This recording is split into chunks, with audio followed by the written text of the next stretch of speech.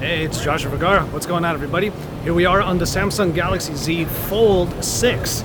Contrary to a few of the previous years, I'm actually going for the fold over the flip to start off my coverage, because there are a few reasons why. We'll talk about it a little bit more, but this is day one with the phone, and we had to start things off the usual way, getting a little bit of tea, and we'll talk about that a little bit more later. Had to start things off the usual way, getting myself a little bit of tea. This is from Chicha Sanchen, which is a high-quality tea spot. They're basically using machines that extract tea from tea leaves the way an espresso machine would extract it from espresso.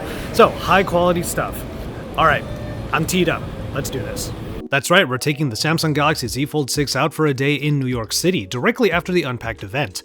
The actual event happened in Paris, but Samsung was gracious to bring me out to Manhattan for a watch party of the event. They flew me out and put me up for a few days so that I could get content captured and receive my review units. After getting the review units, Samsung had some activities planned so that we could properly test everything out. There are a lot of products to cover, but we're going to just focus on the Galaxy Z Fold 6 for the most part in this video before I get into things like the Galaxy Ring, the Galaxy Watch Ultra, and of course the Galaxy Buds 3 Pro. See, I told you, there's a lot. With all that said though, thank you so much for watching my video previously, my first hands-on with these devices. Thank you so much for hanging out with me then and for hanging out with me right now. And also, subscribe to my channel so you know when all those other videos come out. As I mentioned in my previous video, I was a bit more enamored with the Galaxy Z Fold 6 this year, and it comes down to some really subtle changes in the design. You know, a lot of people talk about how they miss boxier car designs. I feel like the Fold 6 kind of heard that and ran with it.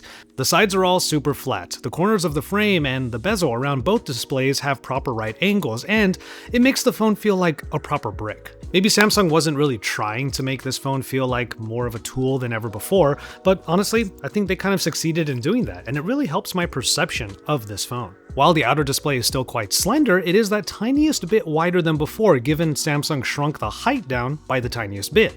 That also means that the larger inner display has a similar and relative increase in real estate. And that's all helped along by the right angles in the corners that ultimately make the open fold feel like you're holding just a screen. And I think that's how it should feel.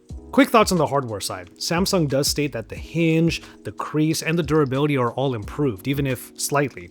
The crease is obviously still here, you can kind of see it right there, but it's again one of those things that you just look past once you get down to just using the big screen. Not to mention the higher peak brightness means that the dynamic AMOLED is quite literally blasting out of this screen. Unless there's a lot of glare, the brightness and the vivid colors of this screen easily overpower any feelings I might have with that slight dip coming down the middle. Besides, big screen means big fun, and if you focus on that, you're probably going to have a good time. But that's the thing, having a full day of running around getting photos and videos meant that I was using the Galaxy Z Fold 6 mostly like this, with the phone closed so that I had an easier time navigating everything and literally navigating New York City. One-handed use was certainly prioritized for various activities I was doing, whether it was because I was holding a drink in the other hand, or fiddling with other things that were in my pockets, or holding onto railings and doors so as to not fall overboard taking pictures of the Statue of Liberty.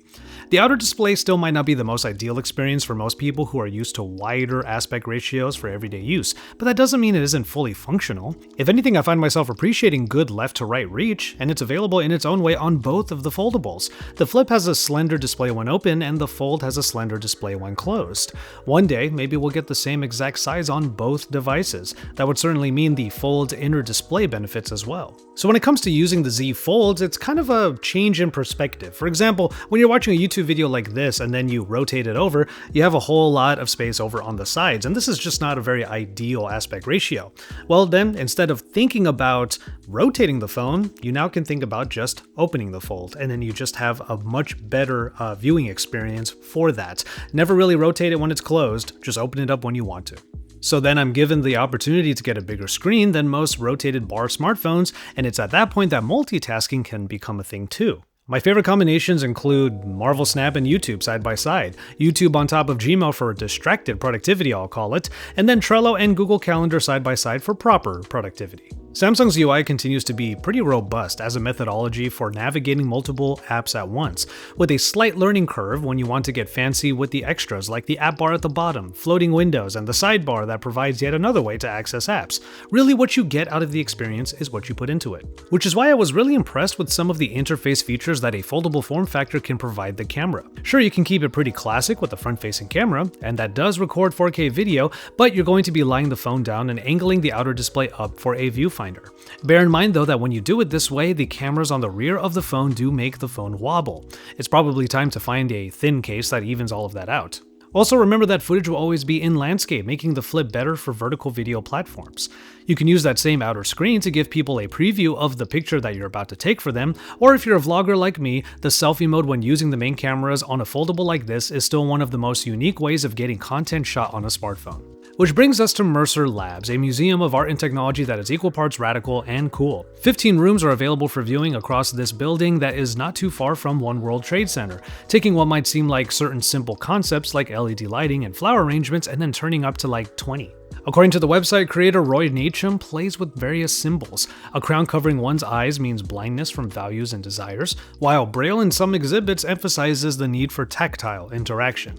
It's a really cool, definitely photogenic, and provoking site that feels incredibly like Team Labs attractions that are found out in Tokyo, Japan. Given the low-light situations inside of Miro Labs, I had to get a little bit precarious because I wanted to use the rear cameras for better-looking content. It's precarious because the outer screen now has to be lying on a surface that could scratch it if you're not careful. I'm definitely going to look for a screen protector for the outer display here so that when I'm lying it on a surface or something, it's not going to scratch it or it'll be more protected. But it also would be cool if there was like some sort of case with a very like thin flap that would come out and then cover this up for when I'm shooting in that manner. Anyway, what I enjoy about shooting this way is how the camera interface splits the controls in the viewfinder.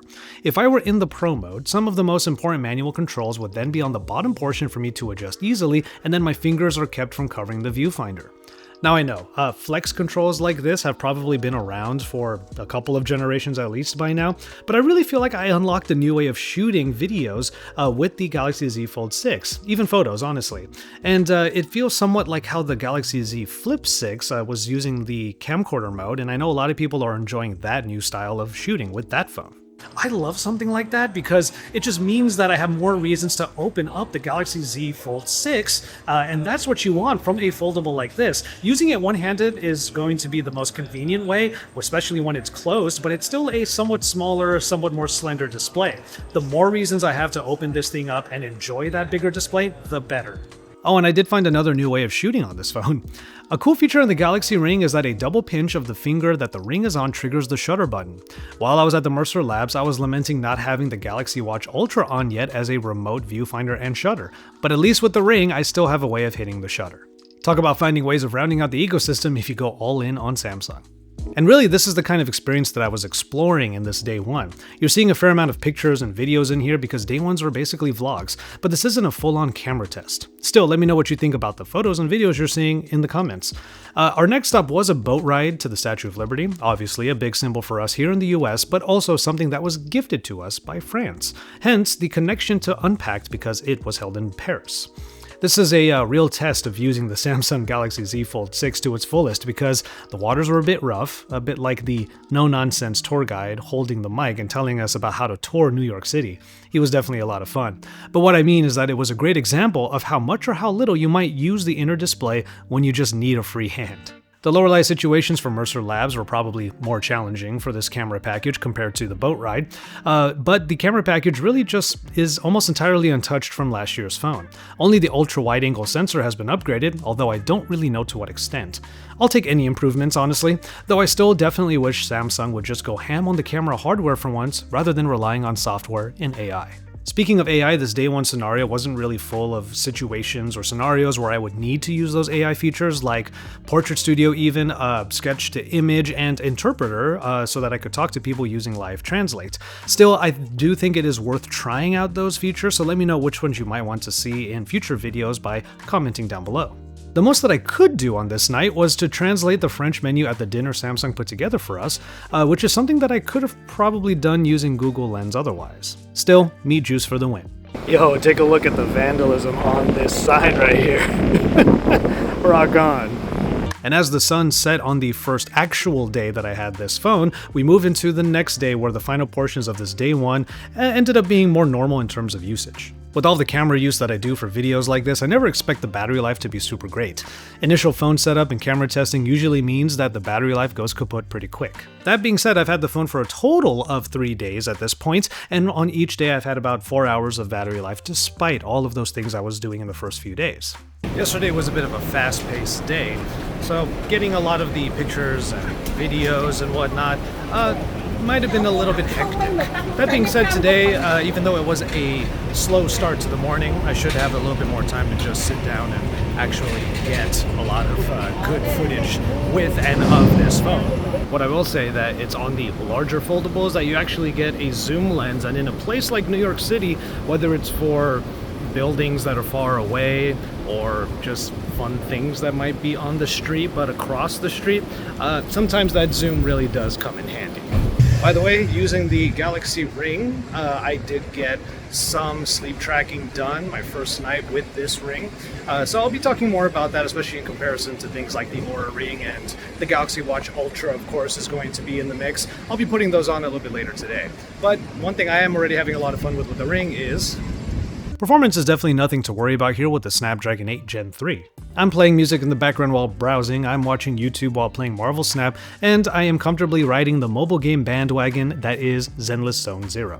But I find myself wanting to enjoy a larger foldable like this as a productivity machine more than ever, via unitasking. So journaling in my Trello in the mornings, responding to emails throughout the day, and reading are all being done singularly, and still comfortably because of the larger display. I'm relearning to appreciate each task and each thing that I'm doing the same way we easily appreciate the larger screen for single video experiences or single video game play sessions. As I said, the more ways the Fold invites me to use and enjoy the bigger display, the more I think it is succeeding.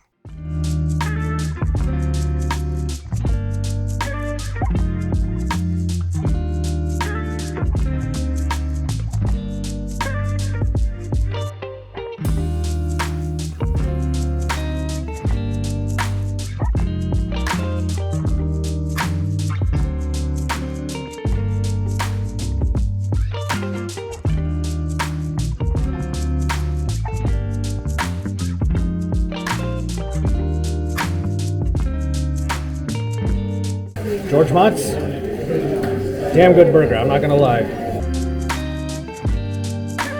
And when it was all said and done, this day one with the Samsung Galaxy Z Fold 6 really kind of solidified for me why I gravitated towards this phone compared to the Z Flip this year. The fact that this brick, and it does feel like a brick in a good way, opens up to a pretty light but very powerful slab means that Samsung is achieving making this feel like the tool they always wanted to be, full of possibilities, whether you're doing everything at once or things one at a time. As I said before, what you get out of it is what you put into it. And that's what could make this a harder sell for most though. People who want to upgrade might have basically the same experience still, and that's what happens when you have incremental upgrades year by year, but it is in a lighter and what feels like a more exact and intentional design. And then we have newcomers who still have to weigh if the premium, the higher premium this year, is worth the cost. But after day one, it does feel like this is definitely peak Galaxy Z Fold, at least until Samsung decides to finally make some drastic changes. But with all of that said, I'm going to go ahead and call it on this one. Thank you so much for kicking it with me again today. Get into the comment sections down below and let me know what you think about the Galaxy Z Fold 6. Please take care of yourselves and each other, and enjoy your tea, everybody. Don't worry, tea break will come in the next one. I'm just busy getting things done between trips.